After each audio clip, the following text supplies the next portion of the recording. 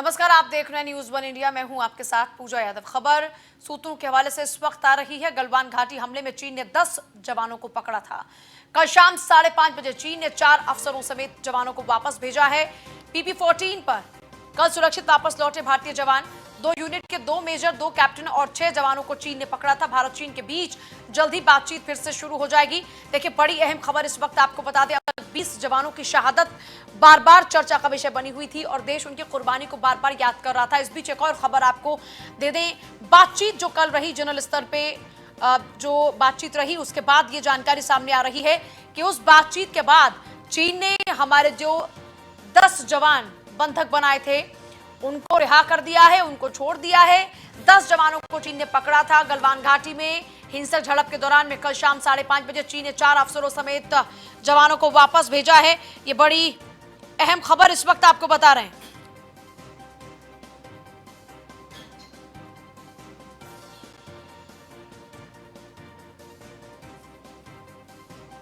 देखिए, अहम जानकारी इस वक्त आपको दे रहे हैं।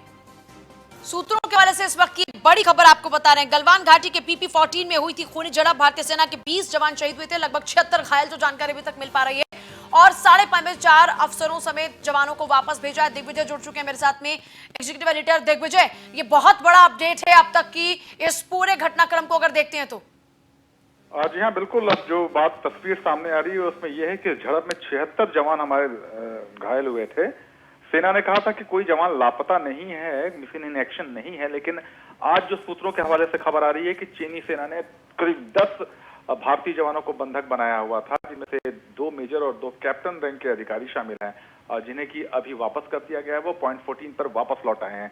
पॉइंट 14, पॉइंट 15 और पॉइंट 17 हम अपने दर्शकों को बता दें, वो 3 जगह हैं जहां गलवान घाटी में ये चोटियां हैं, जो पॉइंट हम कहते हैं, तो ये चोटियां हैं जिनको नंबर दिए गए हैं। इन चोटियों पे चीनी सेना PLA आके बैठी हुई है, जो कि भारतीय टेरिटरी है। भारत में आके अब कुछ पीछे गए हैं, लेकिन अभी भी अप्रैल 2020 वाली स्थिति पे नहीं गए हैं। तो पॉइंट 14 पे लड़ाई हुई थी, जो खूनी संघर्ष हुआ था, जिसमें 20 भारतीय जवान वीर गति को प्राप्त हुए और करीब 43 PLA के सैनिकों के मारे जाने की खबर आ रही है। उसी दौरान ये 10 जवानों को बंधक बनाया गया था, ऐसा बताया जा रहा है। और अब सूत्र बता रहे हैं कि ये 10 जवान, जिनमें कि 4 अधिकारी शामिल हैं, वो अब पॉइंट 14 के भारतीय पोस्ट पर वापस आ चुके हैं।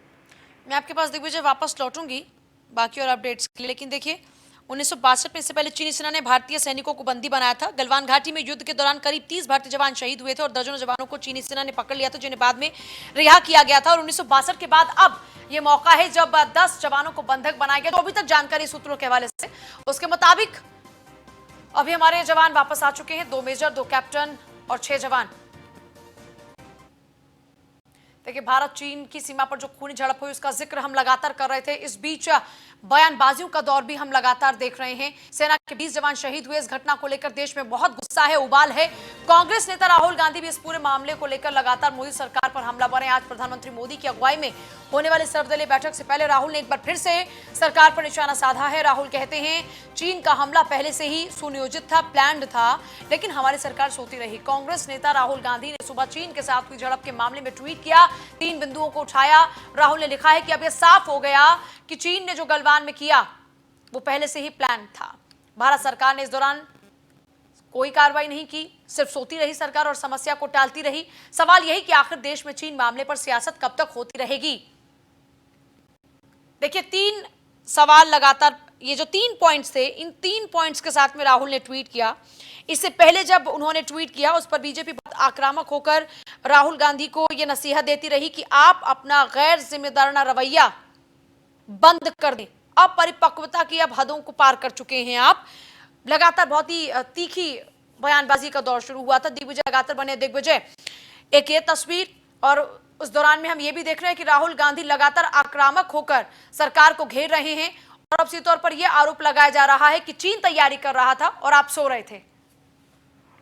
मुझे अफसोस की बात है कि जब एक संकट का समय आता है, उस दौरान अगर राजनीतिक दल इस तरह की खींचतान करते हैं, सरकार सो रही थी अगर ये कह रहे हैं, तो एक अपडेट में अभी दे दूं दर्शकों को। गलवान पॉइंट 14 जहां ये झड़प हुई थी और जो विवाद की मुख्य वजह थी, एक 60 मीटर का चौड़ा एक ब्रिज था पूजा, जो भारतीय सेना बना रही थी और जिसको लेकर चीन ने आपत्ति की थी और वो अचानक यहां तक घुस आए थे। वो उस ब्रिज का काम अब से कुछ देर पहले जो खबर आ रही है वो पूरा हो चुका है। यानी कि जो जो आपत्ति थी वो दरकिनार कर दी गई। ब्रिज का काम पूरा हो चुका है। इस ब्रिज का काम पूरा होने का मतलब यह है कि वहां तक सेनाओं की पहुंच बहुत ज्यादा जल्दी हो जाएगी और इन्हीं सब वजहों से चीन को बौखलाहट है। तो ये कहना कि सेनाएं सो रही थी, सरकार सो रही थी, ये अपने आप में एक बहुत ही बेतुकी बात है। बिल्कुल वहां काम हो रहा था, बल्कि जो पिछली सरकारों की डिनायल पॉलिसी थी। कल ही हम कुछ एक्सपर्ट से बात कर रहे थे, कुछ सैन्य विशेषज्ञों ने बताया कि पिछले 30-35 सालों में होता क्या रहा है कि हम इस क्षेत्र में निर्माण इसलिए नहीं करते थे कि हम कहते थे कि चीन की सेना आ गई तो इन सड़कों का इस्तेमाल करके हमारे अंदर तक आ जाएगी। यानी कि हमें अपने सेनाओं पर खुद को भरोसा नहीं था, हमारी सरकारों को। लेकिन स्थिति चेंज हुई है। अब राहुल गांधी इसका फायदा उठाने की जितनी भी कोशिश करेंगे, ये एक ऐसा है जो उनके ऊपर बाउंस बैक करेगा। ये हर दांव जो इस पर चलेंगे।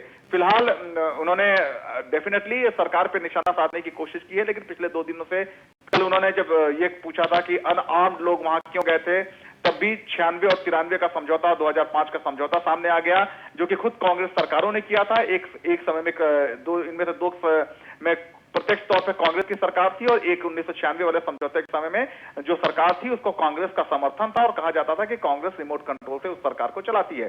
यानी अपने ही काम के लिए वो एक तरह से जिम्मेदार ठहरा रहे थे। और अब आज का जो राहुल गांधी का बयान है कि सरकार सोती रही वहां पर। अच्छा दिग्विजय, अभी तक बीजेपी की ओर से इस पूरे विषय को लेकर कोई अभी रिएक्शन, क्योंकि आमतौर पर हम देख रहे हैं जैसे ही राहुल गांधी ट्वीट करते हैं एक आक्रामक जवाब आता है, लेकिन क्या इस पहलू को लेकर अभी तक कोई भी इस तरह का जवाब बीजेपी की ओर से? बिल्कुल बीजेपी की तरफ से जवाब आएगा, लेकिन अभी जो फौरी तौर आधिकारिक बयान भी आने वाला है। लेकिन अभी जो फौरी प्रतिक्रिया आ रही है अनऑफिशियल तौर पे वो यही है कि राहुल गांधी को इसी मुद्दे पर घेरने की कोशिश होगी कि देखो वहां जो ब्रिज का निर्माण था, जिसपे सारा बवाल हुआ, जिसको लेकर पीएलए को आपत्ति थी, इसने विवाद के बावजूद उस ब्रिज का निर्माण पूरा कर लिया गया है और इससे इंडियन आर्मी को एक स्ट्रेटेजिक बढ़त उस क्षेत्र में मिल गई है। दूसरी बात यह है जो बार बार मीडिया को भी गलत कोट करती है कांग्रेस, अगर आप ये कहते हो कि किसी पर्टिकुलर एरिया में सरकार सो रही थी और दुश्मन देश की सेना चली आई थी, कहीं ना कहीं सरकार का नहीं सेना पे हमला है, क्योंकि सीमाओं की रक्षा सेना करती है, सरकार की तरफ से खुली छूट होती है सेना को। और मैं फिर से इस बात को कोट कर रहा हूं, 10 सेकंड की बाइट हो सकता है मेरी भी निकालकर इसको गलत तरीके से पेश करने की कोशिश की जाए, लेकिन जब भी आप सीमा को लेकर इस तरह की अभद्र टिप्पणी करते हो, वो सीधा सीधा सेनाओं के ऊपर हमला होता है। और कम से कम इसके लिए इंतजार कर लीजिए, विवाद को सीमा पे हल हो जाने दीजिए। अभी वहां एग्जैक्ट पोजीशन क्या है, जब तक सरकार जरूरी नहीं समझेगी, उसको आज शाम को 5 बजे सर्वदलीय मीटिंग बुलाई गई है, कम से कम उसका इंतजार कर लीजिए। अगर आपको लगता है कि उस मीटिंग में सरकार कुछ नहीं बोल रही है, तब आप बाहर आकर कुछ बयानबाजी करते हैं तो समझ में आता है। लेकिन मीटिंग से पहले ही अगर आप अपने बयानों के तीर खोले हुए हैं, तो इसका मतलब साफ है कि आप वहां पर सिर्फ रस्म अदायगी के लिए उस मीटिंग में जाने वाले हैं और आपका सिर्फ और सिर्फ एक उद्देश्य है कि कैसे भी करके इसका पॉलिटिकल माइलेज उठाया जाए। बहुत शुक्रिया जानकारी के लिए। देखिए, एलएसी पर लगातार तनावपूर्ण हालात बने हुए हैं, अभी तक मामला सुलझा नहीं है, लेकिन हाँ ये जरूर कहा जा सकता है कि कल की बातचीत के बाद भले ही विवाद ना सुलझा हो, लेकिन हमारे जो जवान बंधक चीन ने बना लिए थे उनको वापस लौटाया गया है, उनको रिहा किया गया है। चीन विवाद पर सर्वदलीय बैठक है, आज शाम 5 बजे वर्चुअल बैठक की जाएगी। प्रधानमंत्री मोदी की अध्यक्षता में यह बैठक होगी। शाम 5 बजे ये बैठक शुरू हो जाएगी। 17 दलों के प्रमुखों को इसमें बुलाया गया है, न्योता दिया गया है और इसमें जो मुद्दा जिस पर चर्चा होगी वो है भारत चीन सीमा विवाद। क्योंकि देखिए, जो इस वक्त हालात हैं, उन हालातों के मद्देनजर ये मानकर चला जा रहा है कि कोई अहम फैसला आज इस सर्वदलीय बैठक में जरूर लिया जा सकता है।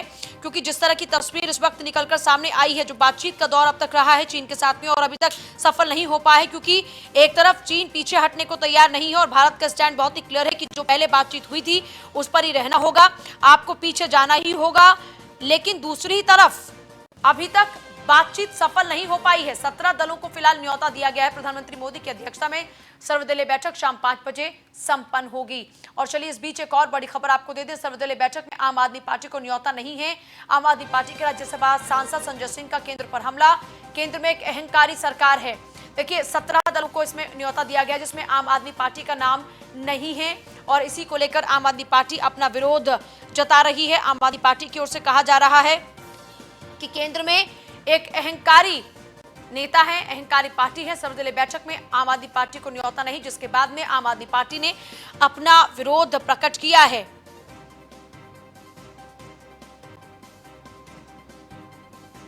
तो आज शाम के 5 बजे बैठक है और उस बैठक को लेकर आपको बता दें एक और अपडेट कि आम आदमी पार्टी को इसमें न्योता नहीं है, जिसके बाद सांसद संजय सिंह ने एक ट्वीट किया है। वो लिखते हैं, केंद्र में एक अहंकारी सरकार है।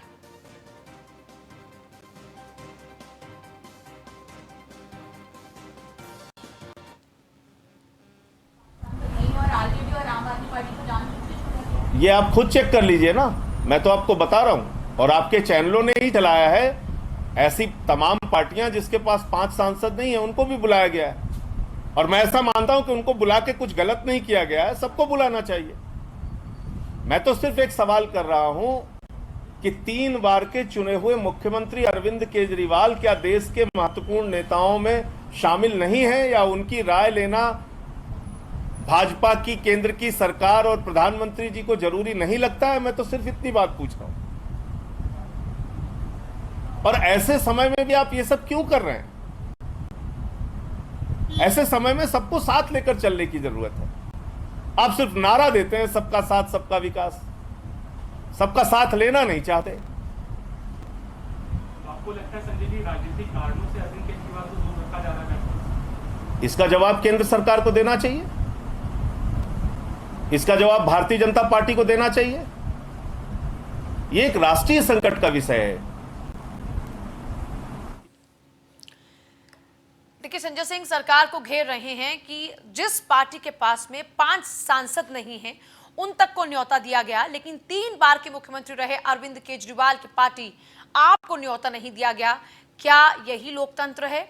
देखिए, आगे बढ़ेंगे। 19 राज्यसभा सीटों पर सुबह से लगातार मतदान जारी है। 8 राज्यों में 19 सीटों को लेकर वोटिंग चल रही है। मध्य प्रदेश, राजस्थान, गुजरात में कड़ी टक्कर है। झारखंड में कांग्रेस बीजेपी के बीच में कांटे की टक्कर है। कांग्रेस और बीजेपी के कई बड़े नेताओं के चेहरे इस वक्त दांव पर लगे हैं। राज्यसभा की 3 सीटों पर 4 प्रत्याशी मैदान में है। मध्य प्रदेश में भी इस तरह बीजेपी और कांग्रेस दोनों की ही साख दांव पर लगी हुई है। कुल मिलाकर अगर देखा जाए तो आज राज्यसभा चुनाव को लेकर काफी गहमा गहमी लगातार बनी हुई है, क्योंकि देखिए 19 सीटों के लिए ये मतदान हो रहा है, लेकिन इस बीच बयानबाजी खूब तीखी चल रही है और लगातार आपको अपडेट्स भी हम देख रहे हैं। 8 राज्यों में राज्यसभा की 19 सीटों के लिए चुनाव लगातार चल रहा है। कांग्रेस बीजेपी के कई बड़े नेताओं के चेहरे दांव पर लगे हैं। मध्य प्रदेश में राज्यसभा की 3 सीटों पर 4 प्रत्याशी इस वक्त मैदान में है। कोरोना काल में राज्यसभा चुनाव का बिगुल बजा तो सियासी पारा लगातार चढ़ गया और 7वें आसमान पर लगातार ये पारा बना हुआ है। विधायकों की जोड़तोड़ पार्टियों के बीच जय मात का खेल भी लगातार चलता रहा। अब बारी चुनाव की है तो 8 राज्यों में राज्यसभा की 19 सीटों के लिए वोटिंग शुरू हो चुकी है। कांग्रेस और बीजेपी दोनों के ही कई जो बड़े नेता हैं उनके चेहरे इस वक्त दांव पर लगे हुए हैं, चाहे उनमें खुद दिग्विजय सिंह ही क्यों ना हो।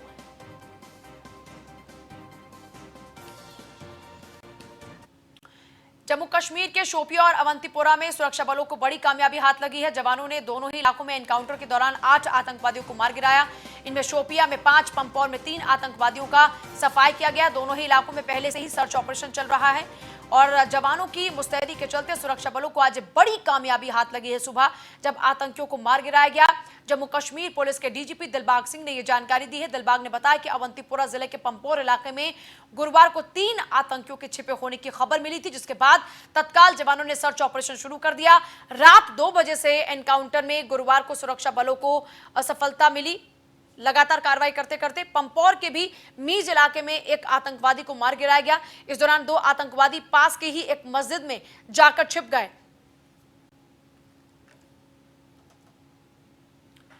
और अब चीन को करारा जवाब देने की तैयारी है। एयर चीफ ने किया लेह और श्रीनगर का दौरा। चीन सीमा पर हाई अलर्ट पर है वायुसेना। वायुसेना अध्यक्ष RKS भदौरिया ने लेह का दौरा किया। वायुसेना अध्यक्ष ने लद्दाख में तैयारियों का जायजा लिया है। वायुसेना अध्यक्ष ने अचानक ही लेह का दौरा किया। देखिए, जिस तरह से अचानक से दौरा किया है उससे यही इस वक्त अंदाजा लगाया जा रहा है कि LAC पर जो तनावपूर्ण हालात लगातार बने हुए हैं उसके मद्देनजर तैयारियां पूरी की जा रही हैं और हम हर तरीके से तैयार हैं। वायुसेना अध्यक्ष ने अचानक ही लेह का दौरा किया, क्योंकि इससे पहले आपको बता दें कि जो बातचीत का दौर चला है, बातचीत अब तक अंजाम तक नहीं पहुंच पाई है। कोई अभी तक पॉजिटिव रिजल्ट्स बातचीत के नहीं आए हैं, लेकिन हाँ, जो हमारे 10 जवानों को बंधक बनाया तो चीन ने उनको रिहा कर दिया है, लेकिन चीन अब भी पीछे हटने को तैयार नहीं है। वायुसेना अध्यक्ष RKS भदौरिया ने इस बीच लेह का दौरा किया है और इससे ये कयास लगाए जा रहे हैं कि सर्वदलीय बैठक क्योंकि आज है और इस दौरान में हो सकता है कि एक अहम फैसला जरूर लिया जाए, क्योंकि पूरे देश भर से मांग इस वक्त उठ रही है कि चीन को मुंह तोड़ जवाब देना होगा। भारत के प्रधानमंत्री नरेंद्र मोदी पहले ही कह चुके हैं कि अगर हमें उकसाया तो हम जवाब देना भी जानते हैं। हम पड़ोसी मुल्कों के साथ में शांतिपूर्ण तरीके से व्यवहार करते हैं और हम शांति प्रिय मुल्क हैं, लेकिन अगर कोई उकसाएगा तो हम उसे बख्शेंगे नहीं, क्योंकि हमें जवाब देना भी बहुत अच्छे तरीके से आता है। और देखिए, चीन इससे पहले मुंह की खा चुका है, लेकिन उसके बावजूद भी एक बार फिर से चीन है कि बाज आने को तैयार ही नहीं। बातचीत लगातार जारी, लेकिन चीन बाज नहीं आ रहा। इससे पहले कायराना हरकत कर चुका है। पूरी प्लानिंग के साथ में हिंसक झड़प में हमारे कई जवानों को इस झड़प में शहादत हासिल हुई। प्रधानमंत्री मोदी ने भी कहा कि वो लड़ते लड़ते मरे हैं। वायुसेना अध्यक्ष RKS भदौरिया ने इस बीच लेह का दौरा किया है, जिसके कई मायने निकाले जा रहे हैं। इससे यह अंदाजा लगाया जा रहा है कि हम हर तरीके से तैयार हैं, हम हर स्थिति के लिए तैयार हैं। दिग्विजय जुड़ चुके, एक बार फिर से दिग्विजय, आप क्या कुछ मायने निकाले जाएं फिलहाल इस दौरे के? जी बिल्कुल, इसका सीधा सा मतलब यह है कि वायुसेना, जिसको कि वहां पे मेन बैकबोन बनना है आर्मी का, वो ये इंश्योर कर रही है कि वो कितना तैयार है और कितने शॉर्ट नोटिस पर किस तरह के और किस एक्सट्रीम लेवल की मदद कर सकती है। वैसे पूजा, ये बात को समझना होगा कि जिस ऊंचाई पर ये फेस ऑफ हो रहा है, हुआ है, वहां हर जहाज उड़ान नहीं भर सकता।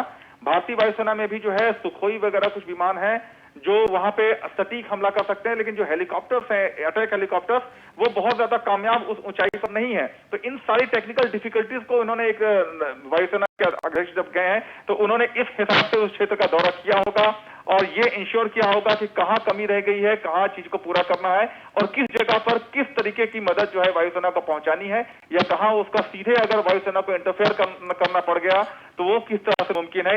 ये जो दौरे हैं उनका सिर्फ और सिर्फ ये उद्देश्य यही है पूजा। मतलब तैयारियों का जायजा लिया जा रहा है और ये आश्वस्त किया जा रहा है कि हर सिचुएशन के लिए हम तैयार हैं कि नहीं? जी बिल्कुल, क्योंकि पहाड़ों पर लड़ाई एक दूसरे तरीके से होती है। अगर लड़ाई होती है तो वहां बहुत धीमी लड़ाई होती है, इंच बाय इंच दोनों ही सेनाएं आगे पीछे होती हैं। इसी तरह से एयरफोर्स की भी एक लिमिटेशन आ जाती है। कई जगह पर एयरफोर्स बहुत सपोर्टिंग रोल में ही सिर्फ रहता है, अम्यूनिशन और जवानों को राशन पहुंचाने को लेकर। कुछ जगहों पे वो अटैक की भूमिका में आता है। खासतौर पे गलवान की अगर हम बात करें तो वहां जहां इंडियन आर्मी नीचे की पोजीशन पे है और पॉइंट्स पर, ऊंची चोटियों पर जो है वो चाइनीज आर्मी बैठी हुई है, यहाँ वायुसेना का रोल एक थोड़ा सा अहम हो जाता है कि उसको इंश्योर करना है कि वो किस तरीके से, जैसे कि करगिल में हुआ था, मिराज में काफी सारे चेंजेस किए गए करगिल के हिसाब से अटैक करने के लिए, और फिर मिराज से करगिल पर अटैक किया गया। उस समय पाकिस्तान शॉक था क्योंकि नॉर्मली मिराज उस चीज के लिए बना नहीं था, पहाड़ों पर हमला करने के लिए नहीं बना था, लेकिन इंडियन एयरफोर्स ने वो काम करके दिखा दिया। तो ऐसे ही जो निरीक्षण होते हैं, तैयारियां होती हैं, जो जायजे लिए जाते हैं, उनसे यही होता है कि हम कैसे क्या मॉडिफिकेशन करके अपनी कमियों को पूरा कर सकते हैं और वहां पर फाइट करने लायक बन सकते हैं। पूजा, बहुत शुक्रिया आपका।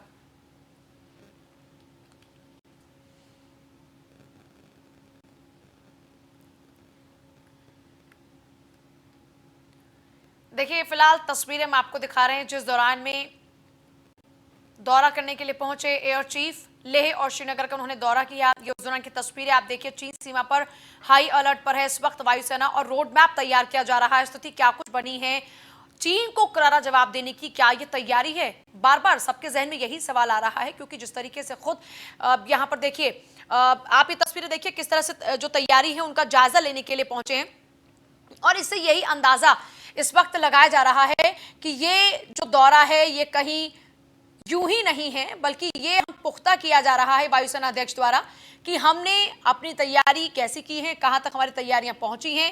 वायुसेना अध्यक्ष ने लद्दाख में तैयारियों का जायजा लिया है और अचानक से उनका जो ये लेह का दौरा था, वायुसेना अध्यक्ष का, उनका ये दौरा चर्चा का विषय बना हुआ है।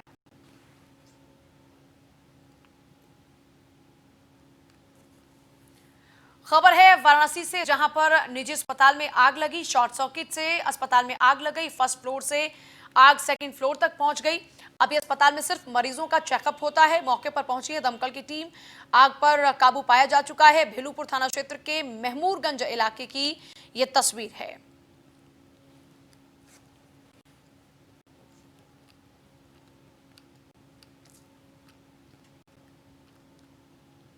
और देवरिया में वाहन चोर गिरोह का पर्दाफाश हुआ। अंतरजनपदीय वाहन चोर गिरोह का पर्दाफाश देवरिया पुलिस ने पर्दाफाश किया। पुलिस ने 3 अभियुक्तों को गिरफ्तार किया है। चोरी के 2 ट्रैक्टर, 1 बोलेरो, 1 मोटर पंप, 2 तमंचे, कारतूस भी बरामद हुए हैं।